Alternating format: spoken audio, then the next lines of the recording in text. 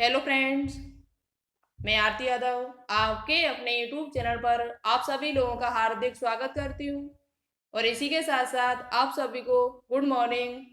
आज हम आपके लिए टॉप 1000 क्वेश्चंस की जो हमारी सीरीज चल रही है, जिसमें हम आपको फिजिक्स, केमिस्ट्री और बायोलॉजी तीनों के ही क्वेश्चंस इस टाइम करा रहे हैं। अभी तक आपने पिछली 17 क्लासें नहीं देखी सभी, तो उनको एक बार आप लोग जरूर देखें। बहुत ही अच्छे क्वेश्चंस आपको देखने को मिलेंगे जो आपके एग्जाम में आपको जरूर ही हेल्प करेंगे। तो चलिए आज की क्लास पर चर्चा करते हैं।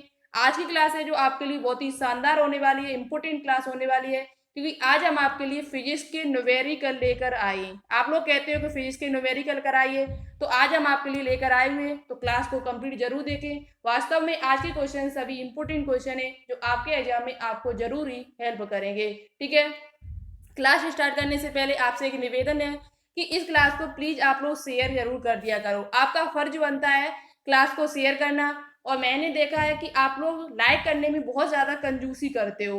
इतनी कंजूसी क्यों करते हो कि आपका पैसा खर्च होता है, आपको फ्री में क्लासें मिल रही है घर पर, और कोई आपके लिए इतनी मेहनत कर रहा है, लगभग 10-11 घंटे आपके लिए मेहनत कोई कर रहा है। तो आप लोग इस क्लास को, यदि आपको क्वेश्चन अच्छे लगा करें और आपको कुछ नया सीखने को मिल रहा है इन क्लासों से, तो इस क्लास को प्लीज आप लोग लाइक जरूर कर दिया करें।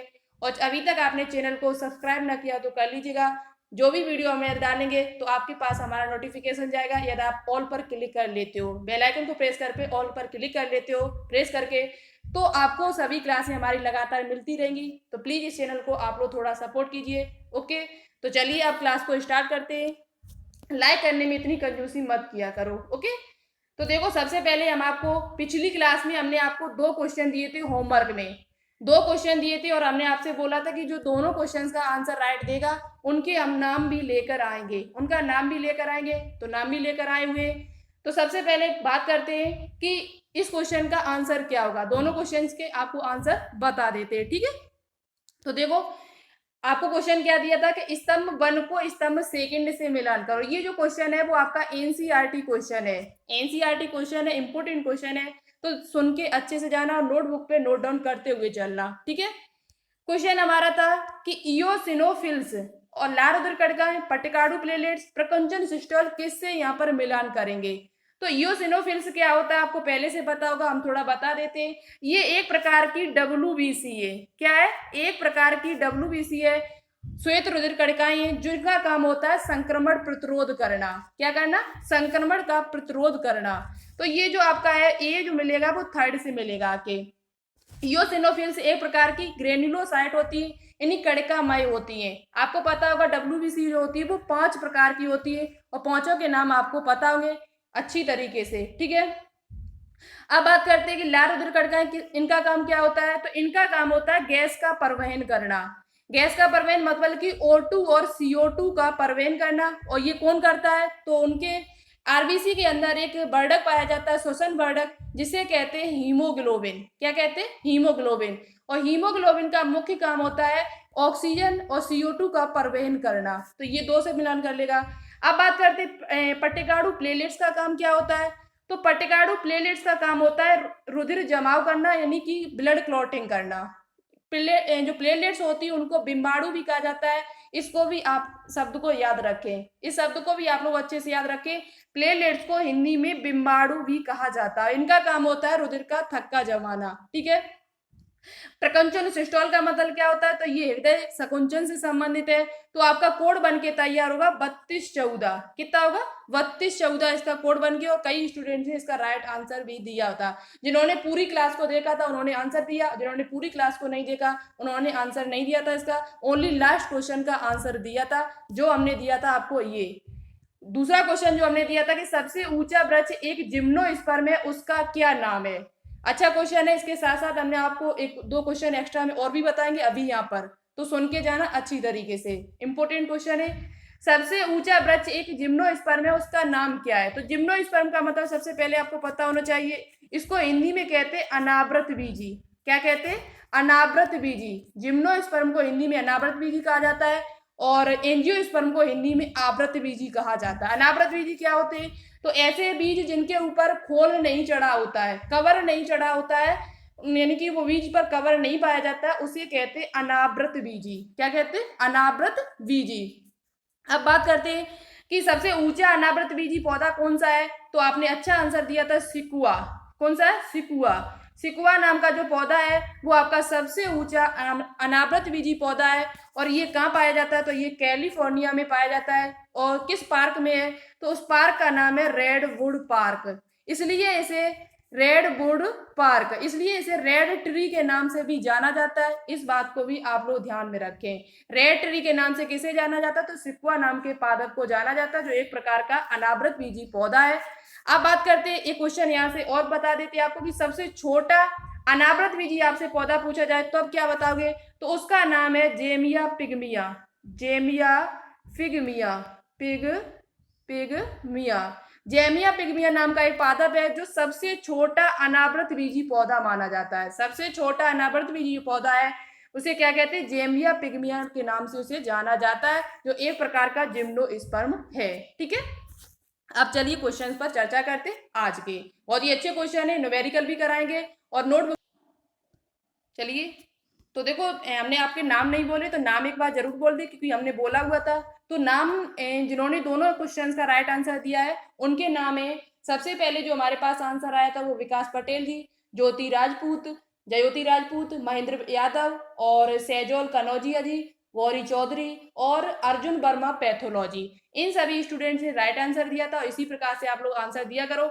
यदि आप लोग क्लास को कंप्लीट देखते हो तो जो भी क्वेश्चन हम पूछेंगे तो आप आंसर जरूर देखो। आप क्लास को कंप्लीट नहीं देखते हो, लास्ट में जाके देखोगे कि अरे ये लास्ट में ही क्वेश्चन पूछेंगे, तो ऐसा मत किया करो।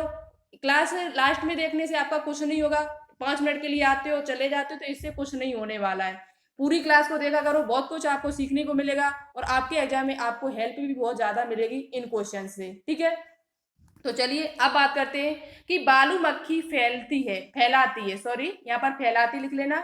आज का क्वेश्चन नंबर 1 है जो बालू मक्खी फैलाती है, कालाजार, सोने की बीमारी, मियादी बुखार, इनमें से कोई नहीं। तो देखो मियादी बुखार जो होता है वो आपका किसके कारण होता है? ये जीवाणु के कारण होता है। उस जीवाणु का नाम क्या है? तो साल्मोनेला टाइफी।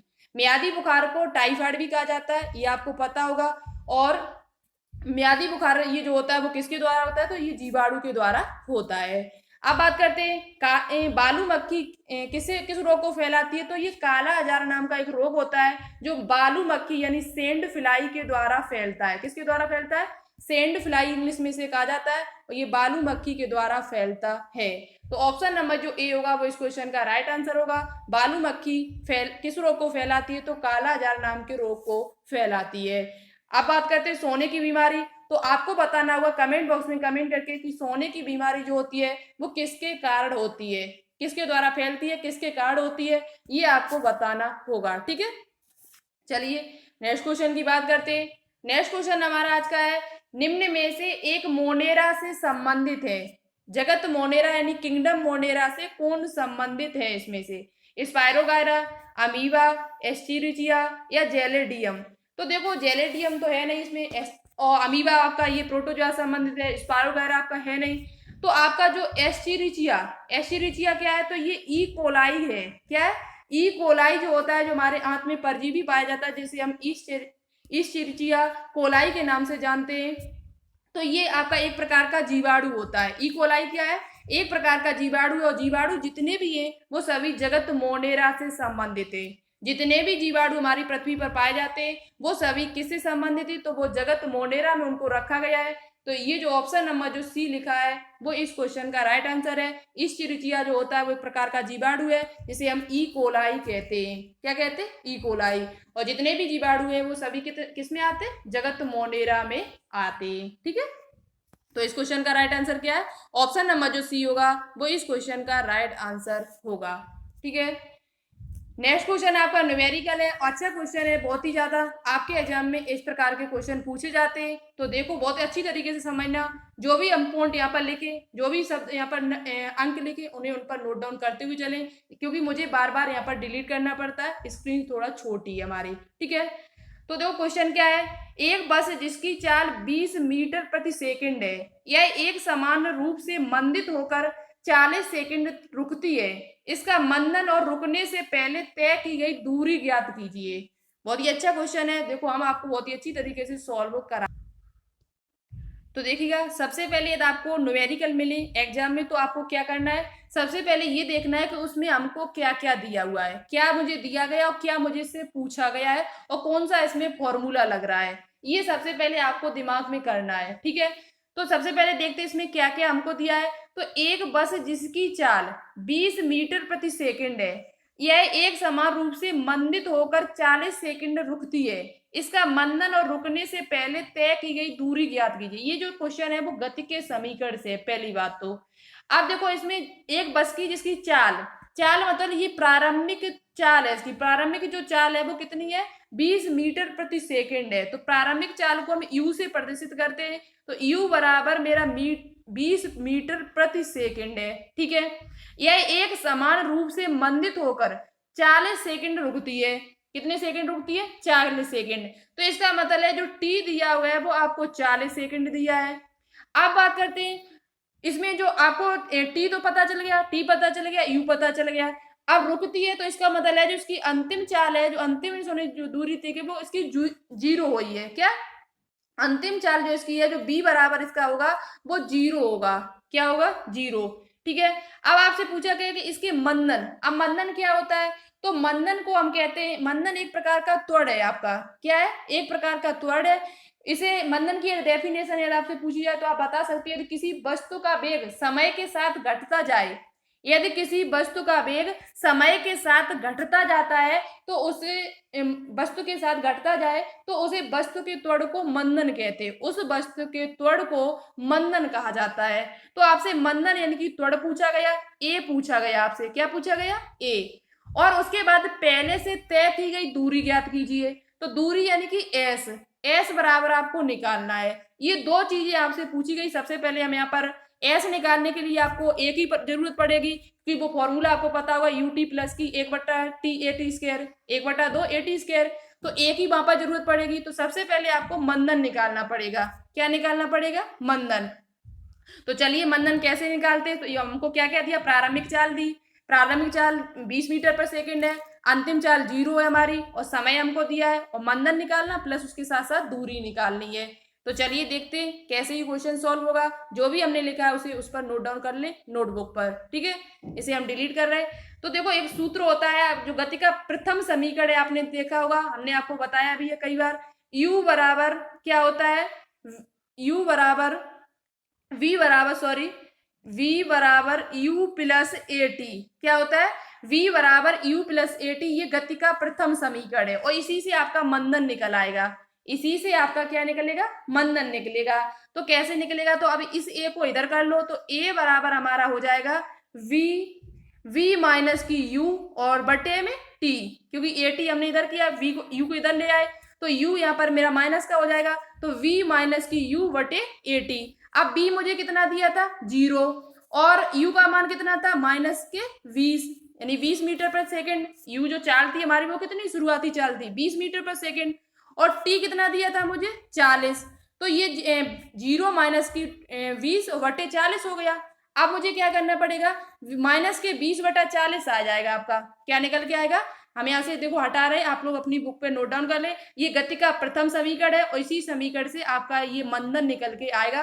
और मंदन का मतलब क्या होता है, ए मतलब की त्वरण। ठीक है, अब चलिए यहाँ पर आगे बात करते हैं। तो ए बराबर आपका हो जाएगा, ए बराबर आपका हो जाएगा माइनस के 20/40, माइनस के 20/40। तो ये हमारा 1 कितना हो जाएगा, 2, और 1/2 को जब हम काटेंगे तो ये बराबर ए बराबर हमारा निकल के आएगा माइनस के 0.5 मीटर प्रति सेकंड स्क्वायर। त्वरण का जो मात्रक होता है वो आपका क्या होता है, मीटर प्रति सेकंड स्क्वायर होता है। तो ए हमारा कितना निकल के आया, माइनस के 0.5 मीटर प्रति सेकंड, ये हमारा ए का मान निकल आया। अब मुझे क्या निकालना, रुकने से पहले तय की गई दूरी ज्ञात कीजिए। रुकने से पहले तय की गई दूरी मतलब कि एस का मान निकालना है। किसका मान निकालना, एस का। और एस का मान कब निकलता है, जब हम गति के समीकरण सेकंड समीकरण लगाते हैं। जब गति का सेकंड समीकरण लगाएंगे तो हमारा एस का मान निकल के आ जाएगा। तो चलिए अब एस का मान निकालते हैं। एस बराबर आपका हो जाएगा यू टी प्लस की 1/2 ए टी स्क्वायर। यही होता है, ये हमने आपको बताया कि s बराबर क्या होता है, यू टी प्लस की 1/2 ए टी स्क्वायर। यू क्या है हमारा प्रारंभिक चाल, तो प्रारंभिक चाल मुझे कितनी थी 20 और टी का मान दिया 40 और प्लस 1/2, 1 टी का मतलब है यहाँ पे माइनस के 0.5 और टी का मान मुझे 40, तो गुणे 40 का वर्ग, 40 का वर्ग। तो इस प्रकार से आपका निकल के आएगा। आप बचा हुआ जो हमारा आंसर जो आएगा वो कितना आएगा ये आप लोग सॉल्व करके मुझे बताएं, देखें कौन सबसे अच्छा सबसे राइट आंसर देता है इसका। जो भी आंसर आए आप लोग कमेंट बॉक्स में कमेंट करके हमें बताएं। हम यदि आप नहीं बता पाते तो नेक्स्ट वीडियो में हम आपको बताएंगे आगे। अब क्या रहेगा इसमें कुछ नहीं ज्यादा, अब आपको केवल सॉल्व करना है इसे। हमने पूरा रख दिया, मान रख दिए उसके और एस बराबर फॉर्मूला भी लगा दिया। अब आपको मान निकाल के मुझे दिखाना है, देखिए सबसे अच्छा और सबसे राइट आंसर कौन देता है। ठीक है, तो इसका आंसर क्या होगा, हमने मंदन आपको निकाल दिया, अब एस का मान आपको निकालना है। और भी क्वेश्चन है न्यूमेरिकल, आप लोग देख कर जाए, अच्छे क्वेश्चन है। जीवाणु व साइनोबैक्टीरिया के बीच समानता किससे संबंधित होती है? जीवाणु और साइनोबैक्टीरिया के बीच में आपको समानता करनी है तो किससे संबंधित होती है? 80S राइबोसोम से, या पूर्ण विकसित केंद्र की अनुपस्थिति से, कसाविका से, या हर्तलवक से? तो देखो कैसे सॉल्व करोगे इस क्वेश्चन को। पहली बात तो जीवाणु में 80S राइबोसोम तो होता भी नहीं है, क्योंकि जीवाणु जो भी होते हैं उन सभी में 70S राइबोसोम पाया जाता है। 70S प्रकार का राइबोसोम होता है, तो इससे तो समानता की ही नहीं जा सकती है। तो ऑप्शन नंबर ए गलत हुआ। कसाविका की बात करते हैं, फ्लैजिला की बात करते हैं, तो ये जीवाणु में तो पाया जाता है, लेकिन ये साइनोबैक्टीरिया में नहीं होता है, नील शैवाल में नहीं होता है, तो ये भी ऑप्शन नहीं होगा। हर्तलवक की बात करते हैं तो ये साइनोबैक्टीरिया में तो होता है लेकिन जीवाणु में नहीं होता है, तो ये भी ऑप्शन नहीं होगा। बचा हुआ कौन सा हमारा बी, पूर्ण विकसित केंद्रक की अनुपस्थिति। ना ही आपका जीवाणु में केंद्रक पाया जाता है और ना ही आपके साइनोबैक्टीरिया में पाया जाता है, इसलिए ऑप्शन नंबर जो बी होगा वो इस क्वेश्चन का राइट आंसर होगा। पूर्ण विकसित केंद्रक इनमें नहीं पाया जाता है। जो जगत मोनेरा में जितने भी सदस्य आते हैं उन सभी में पूर्ण केंद्रक विकसित नहीं होता, क्योंकि उनकी जो कोशिका होती है वो प्रोकैरियोटिक होती है और एक कोशिकी होती है। कैसी होती है? प्रोकैरियोटिक और एक कोशिकी कोशिका इनमें पाई जाती है, यानी यूनिसेलुलर होती है। तो कौन सा ऑप्शन ठीक होगा? B option.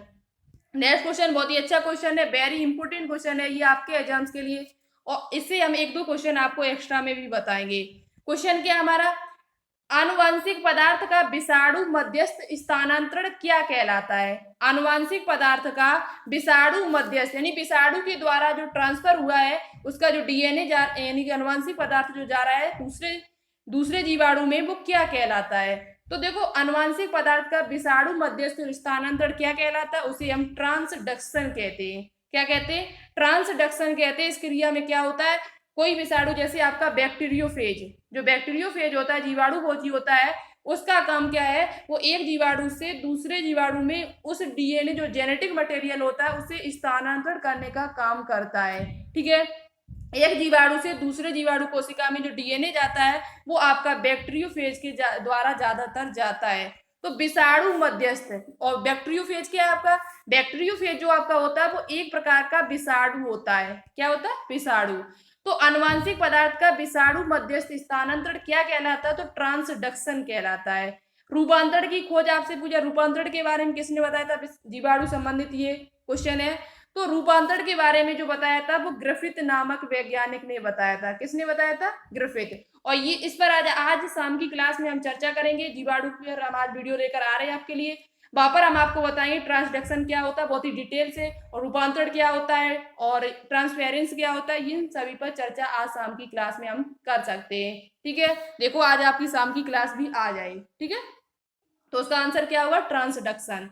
Question number next हमारा, पेट्रोलियम में निम्नलिखित में से कौन से तत्व उपस्थित होते हैं? पेट्रोलियम में निम्नलिखित में से कौन से तत्व उपस्थित होते हैं? तो कार्बन, हाइड्रोजन, सल्फर, ये सभी। तो याद रखें पेट्रोलियम जो होता है वो एक प्रकार का जीवाश्म ईंधन है। कैसा ईंधन है? जीवाश्म ईंधन इसे कहा जाता है। प्राकृतिक होता है ये, जो बहुत पृथ्वी में बहुत हजारों करोड़ों वर्ष पहले जो जीव खत्म हो जाते, पेड़ पौधे दब जाते, उनके जरिए ये बनता है, उनके सड़े गले पदार्थों से ये बनता है। ठीक है, तो ये से एक प्रकार का जीवाश्म ईंधन कहते हैं। तो पेट्रोलियम जो होता है उसमें कार्बन भी होता है, हाइड्रोजन भी होता है, सल्फर भी होता है, उसके साथ साथ इसमें ऑक्सीजन भी होता है और नाइट्रोजन गैस भी पाई जाती है। सबसे ज्यादा क्या होता है? तो सबसे ज्यादा इसमें कार्बन की मात्रा होती है। किसकी मात्रा होती है? कार्बन की। तो इसका ऑप्शन नंबर डी होगा, वो इस क्वेश्चन का राइट आंसर होगा। ये सभी पेट्रोलियम में क्या क्या पाया जाता है, तो कार्बन भी होता है, हाइड्रोजन, सल्फर, ऑक्सीजन, नाइट्रोजन, ये सभी इसमें पाए जाते हैं। और ये एक प्रकार का कैसा है, जीवाश्म ईंधन है। तो ऑप्शन नंबर जो डी होगा वो इस क्वेश्चन का राइट आंसर होगा। नेक्स्ट क्वेश्चन की बात करते हैं, संवेग का मात्रक है, संवेग का मात्रक कौन सा है इनमें से। तो देखो संवेग बराबर आपको पता है, संवेग का मतलब क्या होता है, द्रव्यमान गुणे वेग। संवेग बराबर होता है द्रव्यमान गुणे वेग, द्रव्यमान गुणे वेग, द्रव्यमान और वेग के गुणनफल को संवेग कहते हैं। यदि परिभाषा आपसे पूछी है तो आप बता सकते हो इसके सूत्र से कि द्रव्यमान और वेग के गुणनफल को हम संवेग कहते हैं। अब द्रव्यमान का मतलब क्या होता है, किलोग्राम, और वेग का मतलब क्या होता है, मीटर प्रति सेकंड। तो इसका जो मात्रक होगा वो आपका क्या होगा, किलोग्राम मीटर प्रति सेकंड। ऑप्शन नंबर जो बी होगा वो इस क्वेश्चन का राइट आंसर होगा। इजी क्वेश्चन है और इसका आंसर आपको पहले से भी पता होगा, लेकिन आप लोग जल्दी में आंसर नहीं लगाया करें, कोई तो इसे ऑप्शन नंबर डी को भी टिक कराएगा। ये इनवर्स से देखेंगे नहीं, -1 जो घात चढ़ी आप लोग देखोगे नहीं, आप गलत करके भी आ सकते थे, इसलिए हम ये क्वेश्चन आपके लिए लेकर आए हुए हैं। तो संवेग का जो मात्रक होगा वो क्या होगा, किलोग्राम मीटर प्रति सेकंड। ऑप्शन नंबर जो बी होगा वो इस क्वेश्चन का राइट आंसर होगा। ठीक है, आप बिमा भी इसी से निकाल सकते हो। क्वेश्चन नंबर सेकंड है, स्लीपर एनिमलक्यूल नाम है, स्लीपर एनिमलक्यूल नाम किसका है, स्लीपर एनिमलक्यूल्स जो नाम है इनमें से किसका है, प्लाज्मोडियम का है कि वर्टिसेला का है, क्लेमाइडोमोनास का है कि पैरामीशियम का है। तो देखो स्लीपर जंतु के नाम से किसे जाना जाता है, स्लीपर एनिमल के नाम से, या चप्पल नुमा जो जीव होता है उसे कौन होता है हमारा, पैरामीशियम होता है। उसकी जो संरचना होती है वो चप्पल के नुमा होती है। किस प्रकार से होती है, चप्पल के नुमा होती है। ठीक है, चप्पल, सॉरी हम बना रहे कोशिश कर रहे थे यहाँ पर, चप्पल की नुमा होती है। किस होती है, चप्पल की नुमा होती है। तो ये कौन सा होता है, पैरामीशियम होता है। स्लीपर एनिमलक्यूल के नाम से किसे जाना जाता है, पैरामीशियम को जाना जाता है। ठीक है, नेक्स्ट क्वेश्चन की बात करते हैं। नेक्स्ट क्वेश्चन आपका न्यूमेरिकल, फिर एक फिजिक्स का बहुत ही अच्छा क्वेश्चन है। 2 किलोग्राम द्रव्यमान के एक पिंड पर F बराबर 2I cap plus 3J cap Newton का बल लगा है, तो पिंड का त्वरण ज्ञात कीजिए। अब देखना आपको इसमें क्या क्या दिया हुआ है। क्वेश्चन को पढ़ने के बाद आपको ये देखना है न्यूमेरिकल में कि उसमें क्या क्या हमको दिया हुआ है। तो 2 केजी द्रव्यमान यानी कि एम बराबर आपको 2 केजी दिया है, एफ बराबर इतने न्यूटन का बल लगता है, तो एफ बराबर आपको डायरेक्ट यहाँ पर दिया है 2I कैप और प्लस की 3J कैप, 3J कैप। ये जो आपका सदिश विश्लेषण वाला चैप्टर है उससे ये क्वेश्चन, यानी कि उसमें से भी आपके एग्जाम में क्वेश्चन पूछे जाते हैं। तो ये जो बल होता है वो सदिश राशि, तो इस पे वेक्टर भी लगा दें आप। ठीक है, इस पर क्या लगा दें, वेक्टर। तो एम बराबर आपको 2 केजी दिया है और एफ बराबर आपको इतना दिया। पूछा क्या है कि कितने पिंड का त्वरण ज्ञात कीजिए, यानी कि आपको ए बराबर ज्ञात करना है। क्या ज्ञात करना, ए बराबर आपको ज्ञात करना। अब आप समझ चुके हो कि मुझे एफ भी दिया है, एम भी दिया है, ए भी दिया है, तो इसमें फॉर्मूला क्या लगेगा।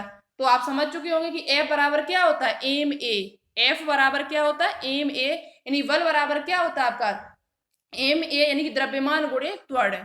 ये फॉर्मूला किसका है, बल का है, फोर्स का है। तो चलिए अब यहाँ पर हम फॉर्मूला लगाते हैं, एफ बराबर एम ए, और एम का मान मुझे दिया है और निकालना क्या है, तो यहाँ हो जाएगा एफ बटा एम। क्या हो जाएगा, जब ए को हम निकालेंगे इधर तो ये एफ बटा एम हो जाएगा। एफ का मान मुझे दिया हुआ है 2I कैप प्लस की 3J कैप, और बटे एम का मान मुझे कितना दिया, 2। तो यही आपका त्वरण का मान निकल के आ जाएगा। त्वरण जो आपका निकलेगा वो इतना निकल के आ जाएगा। ठीक है, तो आप लोग अच्छे से इस क्वेश्चन को देख लीजिएगा। ठीक है, नेक्स्ट क्वेश्चन की बात करते हैं। देखो उस क्वेश्चन को जो हमने आपको पिछले समझाया है वो उसको इस प्रकार से भी लिख सकते हैं। कैसे, आप इस प्रकार से भी आपको लिखा मिल सकता है कि ए बराबर 1/2 और 2I कैप प्लस की 3J, ऐसे भी आपको लिखा मिल सकता है। ठीक है, ए बराबर 1/2, क्योंकि 2 को हम 1/2 लिख सकते हैं, उसको जो बटे में 2 लिखे थे उनको हम 1/2 लिख सकते हैं। और 2I प्लस की 3J कैप भी आपको वहां पर, इसका जो मात्रक क्या होगा, मीटर प्रति सेकंड। मात्रक आपको बहुत अच्छी तरीके से ध्यान में रखने हैं, क्योंकि मात्रक यदि आप लोग नहीं लिखते हो लास्ट में तो आपका क्वेश्चन गलत माना जाएगा। तो इसका जो मात्रक जो होता है वो त्वरण का क्या होता है, मीटर प्रति सेकंड स्क्वायर। नेक्स्ट न्यूमेरिकल की बात करते हैं। नेक्स्ट जो न्यूमेरिकल है बहुत ही अच्छा क्वेश्चन है। एक मशीन 2 किलोवाट है, एक मशीन है वो 2 किलोवाट है, इसके द्वारा 10 मिनट में किए गए कार्य की गणना कीजिए। एक मशीन 2 किलोवाट है, इसके द्वारा 10 मिनट में किए गए कार्य की गणना कीजिए, यानी आपसे कार्य पूछा गया है। इसका भी आंसर आपको कमेंट बॉक्स में कमेंट करके बताना होगा। इनमें से अच्छे से देखना आंसर, कौन सा आंसर राइट होगा। 4 ऑप्शन हमने आपको दिए हुए और बहुत अच्छी तरीके से आपको आंसर इसका सॉल्व करके मुझे कमेंट बॉक्स में कमेंट करके बताना होगा। इन क्वेश्चन, जो भी क्वेश्चन हमने आपको दिए सभी का आंसर आप लोग बताएं, देखिए सबसे अच्छा और सबसे राइट आंसर कौन देता है। यदि आप नहीं करोगे तो नेक्स्ट वीडियो में हम तो सॉल्व करेंगे आके, यदि आप नहीं कर रहे हो, ठीक है। पहली बात, आप कोशिश जरूर किया करो, भले ही गलत आंसर दिया करो लेकिन क्वेश्चन का आंसर आप लोग जरूर दिया करो, जिससे हमें भी पता चले कि हाँ आप लोग कोशिश तो कर रहे हो। इसका आंसर जरूर बताना, और बहुत ही अच्छा क्वेश्चन है, इंपॉर्टेंट क्वेश्चन है आपके एग्जाम्स के लिए। तो आज की क्लास को यहीं पर फिनिश करते हैं, और क्लास कैसी लगी आपको कमेंट बॉक्स में कमेंट करके जरूर बताएं, और इस चैनल को थोड़ा आप लोग सपोर्ट कीजिए जिससे और भी ये ग्रो कर सके। तो आज के लिए इतना ही। Okay, thanks for watching this video. जय हिंद, वंदे मातरम।